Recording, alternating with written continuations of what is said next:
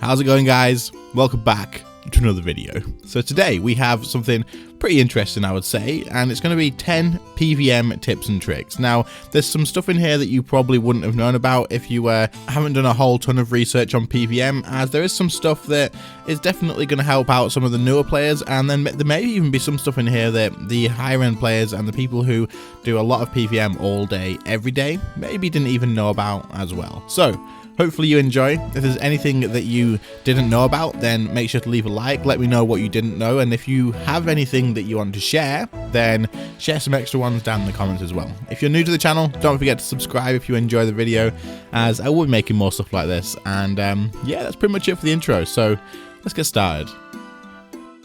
Alright, so these are not in any specific order whatsoever. I've just made a big list of 10 things and I'm just going to chuck them in there, and basically, hopefully you enjoy what they are.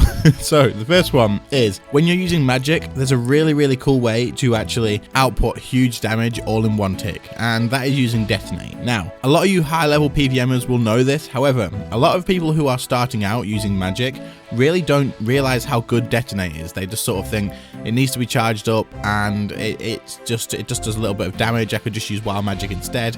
But honestly, this is so good. Detonate is probably like one of my favorite abilities to use on magic, because you can actually release Detonate with an auto attack and you can use another ability at the exact same time. So you could use Detonate and auto and wild magic and you can put out a hell of a lot of damage. So as you can see, I am charging Detonate on the dummy and I am releasing it with an auto attack and a wild magic. Now you can also do this with any other ability whatsoever. You could release it with an auto attack and you could use Gothic Staff from an Essence of Finality or something like that. But basically, as long as you fire it off with an auto attack and ability, this can hit like 25,000, if not more, depending on your overload and your sunshine and all that good stuff. It's absolutely brilliant. So I use this a lot at the end of Araxor, for example. If you guys have seen me doing Araxor on stream, you will see that just before the core comes out, so about 27,000 health, I will charge up a Detonate and then I will release that with a wild magic or a Gothic Staff. And usually, Araxi will only have maybe like 2,000 or 3,000 health left at the end of it. It just means I can kill off Araxi before the core even gets to me. So the way to do this is basically, once you charge up your Detonate, the way you're going to release it is with an auto attack, then use your Detonate, and then use an ability. So as you can see, I have Shift E, Shift W, and Shift Q, which is my Essence of Finality. So I'll charge my Detonate with Shift and W first, and then I'll release it by literally holding down Shift and then rolling my fingers along E, W, and Q. This makes it so easy to do, makes it so you won't miss anything, because you have to be pretty quick with the auto attack to get it in there, and it is absolutely awesome. So if you literally just do Shift and then E, W, Q, it will just fire it all off and you can do a hell of a lot of damage.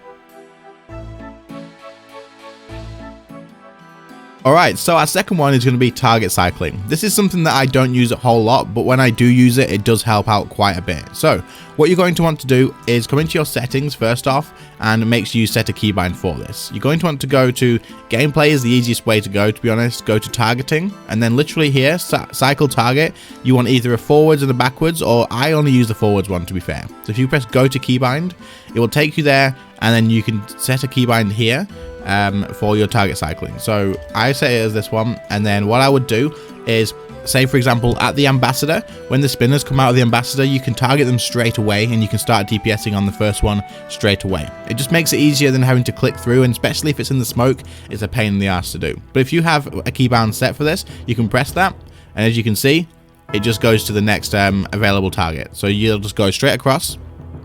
But if you are at Ambassador and you have the cycle target forwards, it will always pick that first target for you as well. This is also really useful for, in fact, running through EDs as well. Sometimes there's those little freaking things that you can't target. They're too small in the Elite Dungeon 3, and you just keep misclicking, and rather than misclicking, you can just click this and it'll pick it up and you can get it killed and get through the next door. But yeah, target cycling is really useful to have, especially in unique situations like with the spinners at Ambassador. Next up, we have the Spiritual Prayer Potions. Now, these are about twice the price, or just under twice the price of a Super Restore Flask, but you still get the 6 doses, but they do have a really unique use at them. So, I currently have a Ripidem in here using scrolls, and if I just set it on this target here and let the spec bar go down, what the Spiritual Prayer Potion will do is, Once I drink it, you'll see that my Ripper Demon's ability bar will fill back up again. So these are incredibly useful for places like Raksha, or basically anywhere that you're going to use a Ripper Demon and scrolls, and you want to basically just get a faster kill time. You want that ability to be able to fly off a lot more, and it will just help you get through the fight a lot quicker. Of course, it is more expensive, and you'll be using scrolls a lot more as well because they've got the option to do so, but the Ripper Demon hits pretty hard. It will definitely help in your kill times at places like Raksha, maybe the Ambassador as well. So sometimes it may be worth considering swapping out your Super Restores for something like a Spiritual Prayer Potion. If you are looking to increase your time, I use them at Raksha, I use them at the Ambassador, because to me, I feel like that extra 20k for one flask is absolutely worth the difference and the time that it makes it a boss. It just makes it so much easier. You don't use as much food because it ends faster. It's definitely something that you should consider using. Alright, so next up is something for you guys that are wanting to probably learn full manual, but are confused about what to do with all your keybinds for your switching. This one should make it a lot easier, and also, you know, maybe some of you high level people who have your switches all over the place, this could be helpful as well if you haven't thought about it. So basically, I have my Coroming switch here for my Greater Ricochet, and what I have done to make my life a lot easier is have the switch on the same number, but then only have the Alt key as the difference. So for example, to put my glaive on, it's Alt and 7, and then to use my Greater Ricochet, it's just number 7. So all I have to do is literally take my thumb off of the Alt key. So for example, if I put my Ascension Crossbow back on and start firing off some abilities, and then I want to switch to Greater Ricochet, so I'll just press Alt 7 and press 7 straight away again. So literally my thumbs do not move, they're in the same place. It's nice and easy. It just reduces the amount of movement you have to do. It makes it a lot easier to remember on exactly what you need to do, because you know that your switches are all lined up as well. So to me, number 7 is just my Greater Ricochet switch. So this makes it a lot easier to remember your stuff, makes it a lot easier to do it mid-combat, and it just means you have a lot less action. So I'd highly recommend lining up your switches like this, as it will save you a lot of freaking effort, and sometimes it just makes it so you can't like miss switch. It's just nice and easy, highly recommended. Alright, so this one is pretty much just going to be used for full manual players. However, Revolution people, just watch along and see what you think, because eventually you may switch to full manual, and knowing this will probably be quite helpful for you once you do anyway. So, on full manual, you can actually quite easily kite bosses. It depends which boss it is, of course, but you can spam click on the way that you want to go and fire off abilities as you do so. This can be used in really good places. For example, you can see me on screen at the moment kiting a Raxor. This is really helpful because, one, if he can't attack me, he can't fire off special attacks, so it's spawning his minions will be delayed, which allows on a magic to be able to skip the minions on path 1, which is absolutely amazing, because usually you won't have the DPS to actually get straight through and not have any minions on this path, but this way you can actually delay it and maybe only get one set depending on how well you kite him. And also, not only that, you're taking no damage. If he isn't hitting you, you're not taking any damage. So what you can do is stay just slightly ahead of his attack range and just keep running, keep throwing out abilities, and every now and again he will catch up to you and he will hit you, but you just want to surge off and then just continue on doing what you're doing. You're going to use Surge and Bladed Dive to keep your distance, keep firing off abilities, and as long as he can't reach you, you're absolutely fine. This only works on full manual though, as you do need to be able to keep clicking and then firing off your abilities manually, and there is other places that you will use this as well. So recently I made a Nex guide, and during the second phase you can actually kite Nex around the room, so you don't have to have anything to switch so she doesn't chase you into melee distance. As long as you are kiting her around the room and firing off your abilities, you will be absolutely fine. So learning to kite bosses is definitely something that is worth your time doing, or even if you're just doing it at the time and you're like, you know what, I'm going to try and kite them. Give it a go, see if it works, and you could save yourself some food, you could save yourself some time, and you could definitely make your life a bit easier. Okay, so back to the training dummies. This one, a lot of people will probably know, but for the people who don't, it'll be really useful. If you have a shield with turtling on it, in fact, no, if you use Barricade anywhere, just remember, while you have Barricade on, just make sure to use your Soul Split, because if you have Soul Split on, you will still be taking absolutely no damage because you're on Barricade, but you can get free heals out of it. I've seen a lot of people Barricade and then still camp their protection spells, so if you can just flick on that Soul Split spell while you're doing it, the prayer, you'll get yourself a lot of freaking healing back in that time. Turtling on your shield will make your barricade last even longer, so you get even more healing. It's absolutely worth doing, especially if you are just sort of stood around waiting for it to end. So just remember, barricade, and then chuck on your soul split. Just don't forget to change back to your protection prayers once the barricade ends.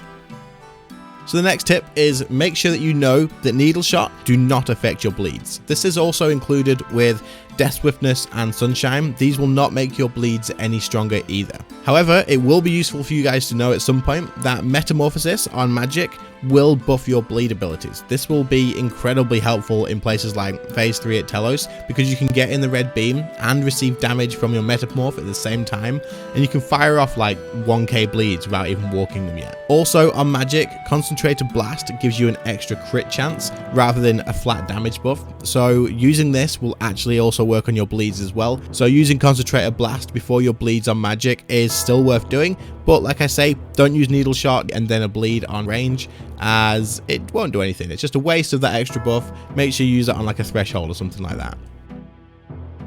Okay, so this next one, I kind of have to give a little bit of credit to someone. So Chax, thank you so much for letting me know this one. Is absolutely blew my mind when I found out about it, and this is really, really useful. So basically, when you're joining an encounter somewhere, let's say for example, you're coming to Nex. Once you click custom encounter, if your max players was set to 1, but you wanted to duo, but too late, you've already pressed start, that 800k is not wasted.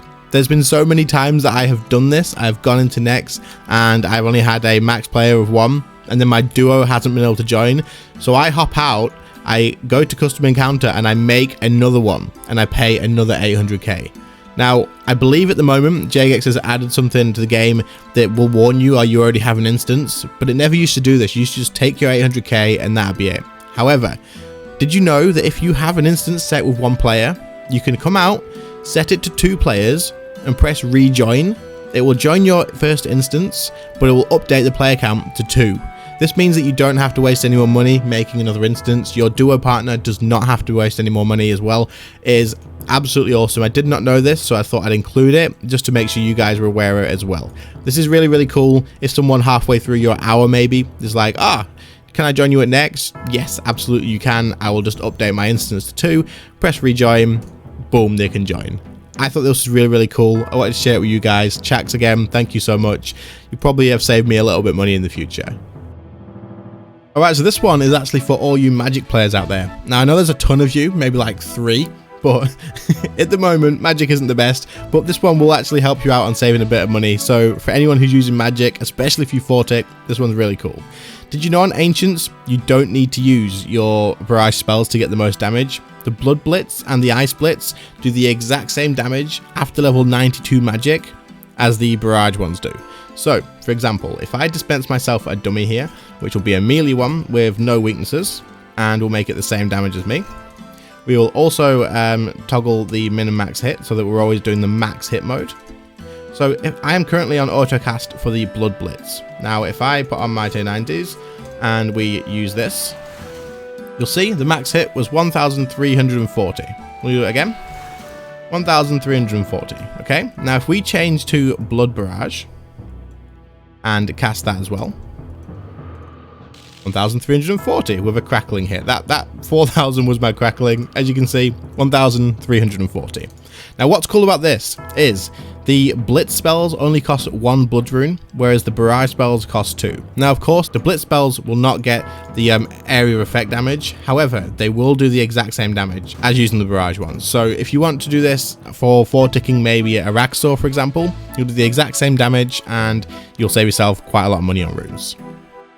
So I've got a feeling this is going to be one that not a lot of people know about. I know that plenty of you will, but I think this is going to be a good one. So when you are using Reckless and when you are using Maniacal, if you then also use your Sunshine or Death Swiftness, the damages don't stack. So basically, if you use Sunshine, so if I use my Sunshine, I am now only getting damage from my Sunshine. My Reckless isn't doing anything for me while I'm inside this. However, Sunshine is better than Maniacal, so I will only get that damage. But that's absolutely fine, so it's still worth using.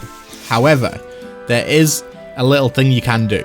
On the very last second of Sunshine, you will be able to use the damage from Maniacal and the damage from Sunshine. The same goes for Reckless and for Death Swiftness. Now, if we wait for the last second here, and then we use this, you'll see the damage is huge. So if you can time anything like a detonate with magic, or whether you can time like a snapshot or something like that with the very last second of your sunshine or your death swiftness, you can output a lot of damage. It is really, really good. Definitely something you can do. Like I said earlier, when you're charging up your detonate and your wild magic, if you do this on the last tick of your sunshine while you're under the effects of maniacal, you will be hitting ridiculously hard. It will be probably close to damage cap every single time. But this is definitely something that you want to keep in mind if you can. I know a lot of people use this in specific situations, probably Telos being the most one. But on phase 4 Araxor, if I'm trying to magic Araxor, I will always try and time my sunshine with my detonate right at the last second, so I can just drop Araxor from like 25, 26,000 down to nothing. It's absolutely worth knowing, and hopefully you can find some cool ways to use it.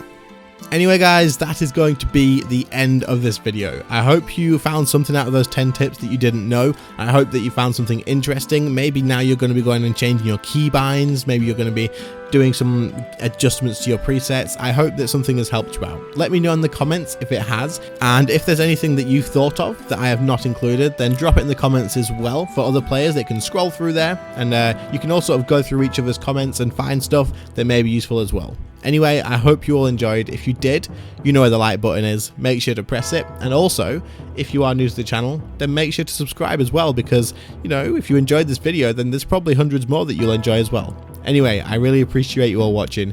Thank you so much again, and I will see you all in the next one. See you later, guys. Bye. I just wanted to say a huge thank you to my current channel members. We have Maka, Sam, Griffo Tubes, and Andy V. Thank you all so much for your extra support. I really do appreciate it. And if anyone else is interested in the perks that these guys do get for being a channel member, then click the join button, buy that subscribe button, and have a look and see what you can get for yourselves. Again, thank you all guys so much.